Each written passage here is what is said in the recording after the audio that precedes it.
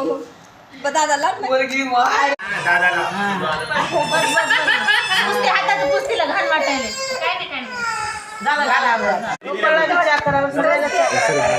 तुला चहा घ्यायचा का नाही प्रांशी इकडे ये, चल ए इथं बस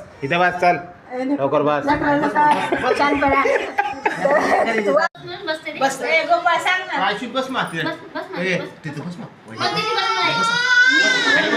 बसा खाली बसा हुशार आहे पिल्लू प्रांशी कशी मांडी घालते ए नको मला उठणं लावलेलं बघायला मांडी घालून बस रे त्याला बघायचं मग येईल दादा दादाला बोले ताई तिला लाव गाई म्हशी